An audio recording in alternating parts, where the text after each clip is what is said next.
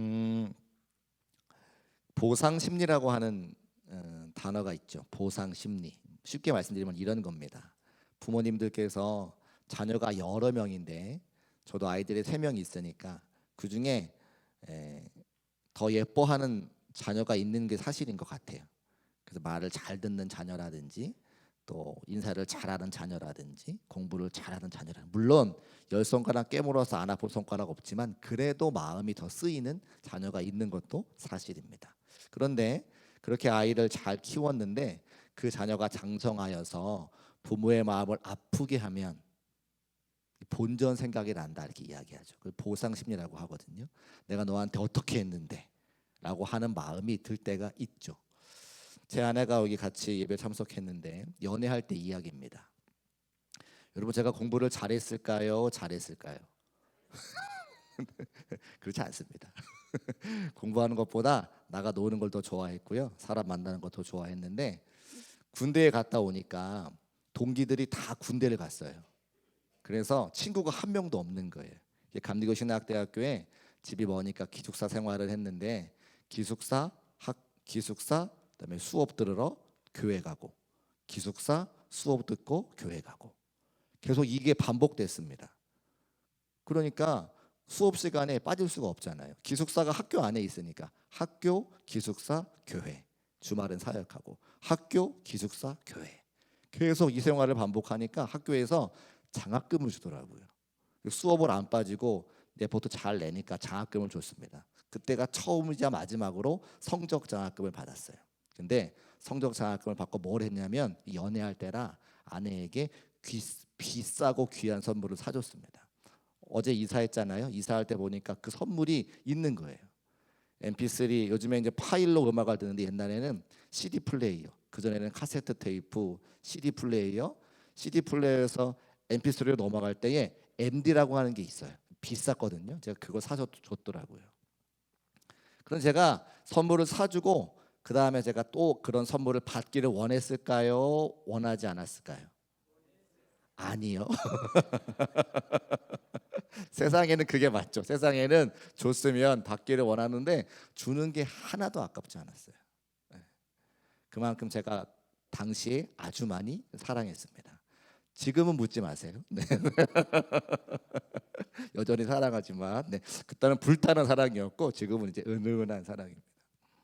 그게 보상 심리라고 하는 거죠. 세상은 선물을 주면 그 선물 준 사람에게 선물을 받기를 기대하잖아요. 그걸 보상 심리라고 이야기합니다. 나쁜 게 아니고요. 당연한 거죠.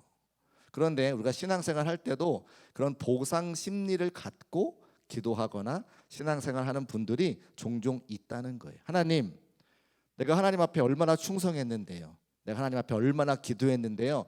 내가 얼마나 봉사했는데요. 저한테 이렇게 하십니까? 라고 생각할 때가 있다는 겁니다. 왜 제가 오늘 이런 말씀 드리냐면 오늘 함께 읽은 말씀에 나오는 히스기야가 그렇게 보상 심리를 가지고 하나님 앞에 기도했다고 하는 거죠. 하나님은 그런데 그런 공로주의와 업적주의를 인정하지 않으시는 분이에요. 성경은 우리에게 하나님의 말씀과 하나님의 축복은 하나님의 은혜다 이렇게 이야기합니다. 하나님의 은혜라고 하는 것은 무엇이냐면 선물이라고 하는 거예요. 선물. 내가 어떤 행동을 해서 내게 주시는 것이 아니라 나의 행동과 행위와는 관계없이 하나님께서 우리들에게 주시는 것, 주권적으로 부어주시는 사랑, 그게 바로 하나님의 은혜라고 이야기하죠. 하나님께서 그리스도를 이 땅에 보내주셔서 우리를 구원하신 그 사건, 우리가 무엇을 잘해서가 아니라 하나님이 그저 우리를 사랑하셔서 제한 없이 주권적으로 주시는 사랑이라고 하는 겁니다. 그래서 그 예수 그리스도로 말미암아 우리가 구원받은 거죠. 이것을 무엇으로 이야기합니까? 하나님의 은혜라고 하는 말밖에는 표현할 수 없는 거잖아요. 우리는 하나님의 은혜와 사랑을 받은 존재임을 믿으시기를 주의 이름으로 축복합니다. 오늘도 그 은혜와 사랑에 감사하고 감격하여서 예배 성전에 나오시는 거예요. 오전에도 같이 예배드렸고 저녁에도 또 예배드리시는 분이 있어요. 얼마나 감사한지. 하나님의 사랑이 아니라면, 하나님의 은혜가 아니라면 이렇게 시간 나와서 예배할 수 없는데 그 은혜와 사랑을 우리에게 부어주셨다고 하는 거죠. 그런데 여기 나오는 히스기야는 하나님 앞에 그런 은혜를 기억하는 것이 아니라 자신의 공로와 자신이 했던 행위를 하나님께 기억해 달라 말하고 있다고 하는 겁니다. 그것이 1절 말씀에 기록이 되어져 있는데 화면에 이사야 38장 1절 말씀 올려주시고 같이 한번 읽어보겠습니다. 시작. 그때에 히스기야가 병들어 죽게 되니 아모스의 아들 선지자 이사야가 나아가 그에게 이르되 여호와께서 이같이 말씀하시기를 너는 내 집에 유언하라 내가 죽고 살지 못하리라 하셨나이다 하니. 아멘. 1절 말씀을 시작하면서 맨 처음 단어가 뭐예요? 그때에 라고 기록하고 있습니다. 그때가 언제냐? 우리는 궁금해야 됩니다. 그때가 언제냐? 아수르의 사렙이라고 하는 왕이 군대 장관 랍사게를 앞세워서 이스라엘 백성 유다를 침공한 때가 바로 그때입니다. 그러니까 전쟁 중에 있는 거죠. 히스기야는 왕이고 이스라엘 백성들을 지켜야 되는데 아수르의 사렙 왕이 랍사게라고 하는 군대 장관을 앞세워서 이스라엘 백성들을 침략하려고 하던 바로 그때에 전쟁 중에 있는 바로 그때라고 하는 겁니다. 그리고 앞에 있는 37장 또 36장을 읽어보면 그렇게 전쟁을 치르겠다고 막 전쟁이 선포되어지고 막 붙으려고 하는 바로 그때에 지금 히스기야가 몸이 아프다는 거예요.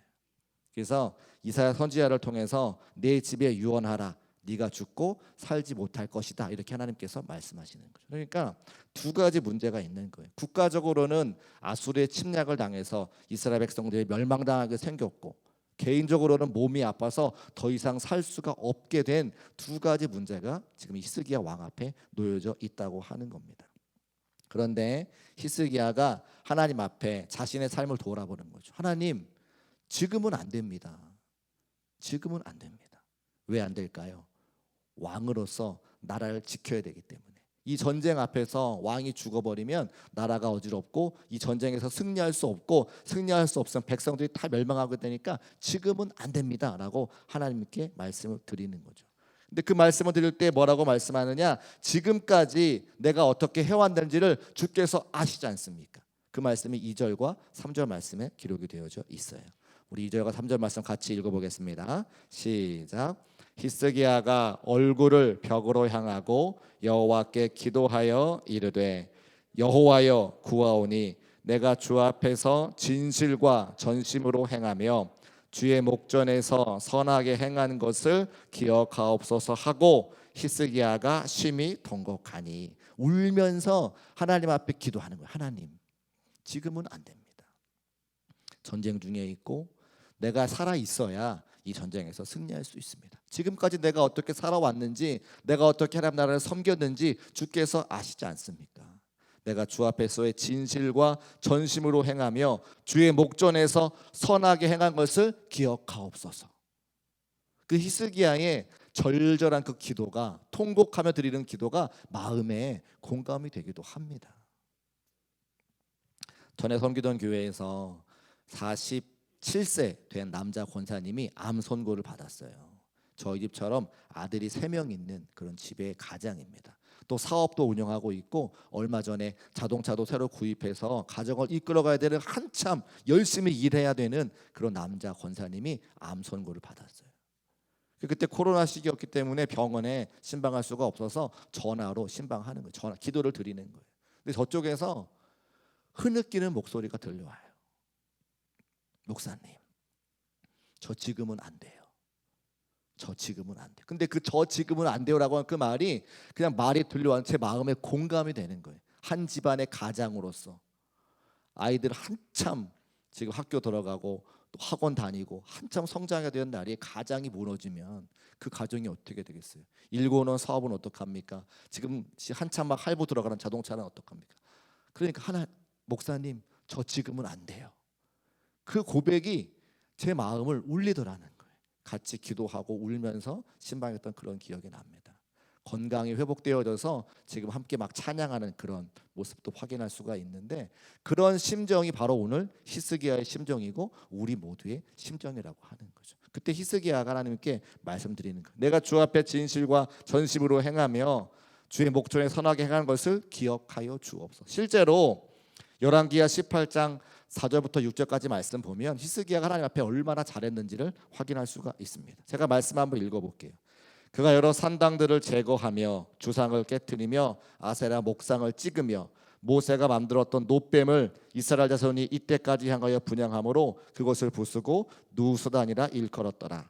히스기야가 이스라엘 하나님 여호와를 의지하였는데 그의 전후 유다 여러 왕 중에 그러한 자가 없었으니 곧 그가 여호와께 연합하여 그에게서 떠나지 아니하고 여호와께서 모세에게 명령하신 계명을 지켰더라. 아멘. 성경이 뭐라고 히스기야를 평가합니까? 그의 전후로 앞뒤로 유다 여러 왕 중에서 그렇게 주의 말씀을 순종한 사람이 없다는 거예요. 그러니까 히스기야의 기도가 맞는 거죠. 하나님, 내가 하나님 앞에 우상을 다 멸하였고 하나님 말씀에 순종하고자 힘쓰고 애썼습니다. 그러니 저를 보시고 제 연수를 삶의 연수를 더 연장시켜 주세요. 이 전쟁을 이길 수 있도록 나를 도와주세요. 살려주세요. 기도한다고 하는 거죠. 여기까지 우리가 그렇게 기도했고 또 히스기야의 마음이 공감이 갑니다. 그런데 하나님께서는 오늘 다른 말씀을 하신다는 거예요. 사람의 공로와 사람의 헌신과 사람이 싸우는 것을 보지 아니하시고 하나님이 보시는 것은 다른 거 있더라. 하나님이 기도에 응답하시는 것은 다른데 그 이유가 있더라고 하는 것을 오늘 말씀을 통해서 알려주십니다. 5절 말씀 올려주시고 우리 5절 말씀을 통해서 하나님의 시선이 어디 있는지 같이 한번 말씀을 통해서 확인하겠습니다. 함께 읽습니다. 시작. 너는 가서 히스기야에게 이르기를 내 조상 다윗의 하나님 여호와께서 이같이 말씀하시기를 내가 너의 기도를 들었고 너의 눈물을 보았노라. 내가 내 수 안에 15년을 더하고. 아멘. 15년의 연수를 더 살게 해주셨는데 하나님께서 보시고 하나님께서 들으신 게 있죠. 뭘 보셨습니까? 내 기도를 들었고 내 눈물을 보았노라. 히스기야가 뭘 잘해서가 아니에요. 우상 숭배를 회파해서가 아니라 그가 하나님 나라를 섬기고 주의 말씀에 순종해서가 아니라 하나님께서 그의 기도를 들으시고 그의 눈물을 보셨다고 기록하고 있죠. 15년 더 살게 된 것은 그 일을 통해서 이스라엘 백성을 지켜주게 하신 것은 그가 잘해서가 아니라 하나님이 그 기도와 눈물을 보셨기 때문이라 말씀하고 있습니다. 여러분, 하나님이 무엇을 들으신다 그러세요? 우리의 기도를 들으신다 그러세요. 하나님이 무엇을 보신다 그러세요? 우리의 눈물을 보신다 그러세요. 여러분 기도할 때에 하나님이 들으시고 여러분이 통곡하며 기도할 때 하나님께서 보신다고 하는 사실을 믿음으로 고백하는 우리 모두가 되시기를 주의 이름으로 축복합니다. 우리 공로로 구원받고 공로로 기도가 응답된다면 여기 앉아 계신 저를 포함한 우리 모두가 하나님 앞에 온전한 응답 받을 수 있는 존재가 아니죠. 하루의 마음속으로 얼마나 많이 하나님을 원망하고 하나님 말씀에 불순종합니까? 근데 하나님은 그걸 보지 않으시고 우리의 기도와 우리의 눈물을 보신다 말씀하고 있습니다. 예수님께서 십자가에서 달려 돌아가실 때에 옆에 달려있는 강도가 한 명 있었습니다. 이 강도는 살아오면서 평생 하나님 말씀에 순종해 본 적이 없는 사람이에요. 예수님을 알지도 못하는 사람이었습니다. 근데 그가 함께 십자가를 달려있는 그것 때문에 옆에 있는 예수님과 함께 대화 나눌 때 죄의 이름을 고백한 것 때문에 그가 그냥 구원받았습니다. 그의 공로로 따지자면 그는 구원받을 수 없는 사람인데 그저 하나님의 은혜로 예수 그리스도의 구속의 은혜로 그가 구원받았다고 하는 겁니다. 선한 일을 행하고 산 사람이 아니었어요. 그런데 예수님 말씀하시죠. 네가 오늘 나와 함께 낙원에 있을 것이다. 삭개오도 마찬가지였습니다. 삭개오는 다른 사람의 것을 토색질하는 사람이었어요. 근데 그가 예수님께서 분명히 말씀하시기를 그의 믿음을 보시고 나무를 타고 올라가는 그의 믿음을 보시고 그를 구원해 주셨습니다. 주님의 사랑은 각 사람에게 놀랍게 은혜로 선물로 우리에게 주신다고 하는 거예요. 만약 우리가 행위로 구원받는다면 이 자리에 앉아서 우리의 행동으로 구원받는 사람이 과연 몇 명이나 있겠습니까? 또 행위로 구원받지 못한다면 이 성전 빠져나갈 때에 하나님의 심판을 받지 않을 사람이 누가 있겠습니까? 그러니까 우리는 우리의 행동으로 구원받는 것이 아니라 전적인 하나님의 은혜로 구원받고 하나님의 사랑으로 우리의 기도에 응답받는다고 하는 사실을 믿음으로 고백하는 우리 모두가 되시기를 주의 이름으로 축복합니다. 그런 찬송이 있어요. 은혜 아니면 살아갈 수가 없네. 은혜 아니면 살아갈 수 없네. 정말 살아가면 살아갈수록 나이가 한 살 한 살 먹어가면 먹어갈수록 이 모든 것이 하나님의 은혜임을 고백할 수밖에 없는 그런 삶의 자리더라고요. 그래서 저는 금요일에는 말씀을 길게 하는 것도 필요하겠지만 찬양도 많이 하고, 찬양이 원래 곡조 붙은 기도잖아요. 찬양 많이 하고 말씀 전하고 함께 기도하다가 그 하나님의 은혜를 경험하는, 그 하나님의 사랑을 다시 한번 경험하는 그런 시간이 되기를 원합니다. 그리고 그렇게 하나님 앞에 기도했을 때에, 히스기야가 기도했을 때에 하나님께서 플러스 알파의 은혜를 주신다고 하는 거예요. 같이 한번 따라해 볼까요? 플러스 알파의 은혜. 홈플러스에 가면 1+1 이런 상품 있잖아요. 저도 그거 되게 좋아하는데, 하나님은 그냥 은혜를 주시는 분이 아니라, 응답을 주시는 분이 아니라 플러스 알파의 은혜를 주신다고 하는 거예요. 히스기야가 뭘 구했습니까? 그가 생명이 연장되는 걸 구했어요. 그런데 오늘 6절 말씀 보니까 생명이 연장되는 것뿐만 아니라 플러스 알파의 은혜도 허락해 주셨습니다. 6절 말씀 같이 한번 읽어보겠습니다. 시작. 너와 이 성을 아수르 왕의 손에서 건져내겠고 내가 또 이 성을 보호하리라. 아멘. 뭘 주셨어요? 이스라엘 백성들을 지켜 보호하여 주셨습니다. 맨 처음 기도할 때 두 가지 문제가 있었죠. 하나님, 전쟁 중에 있습니다. 이 나라를 내가 이길 수가 없습니다. 그러나 또 그 문제 하나 하고 지금 내 생명이 다했습니다.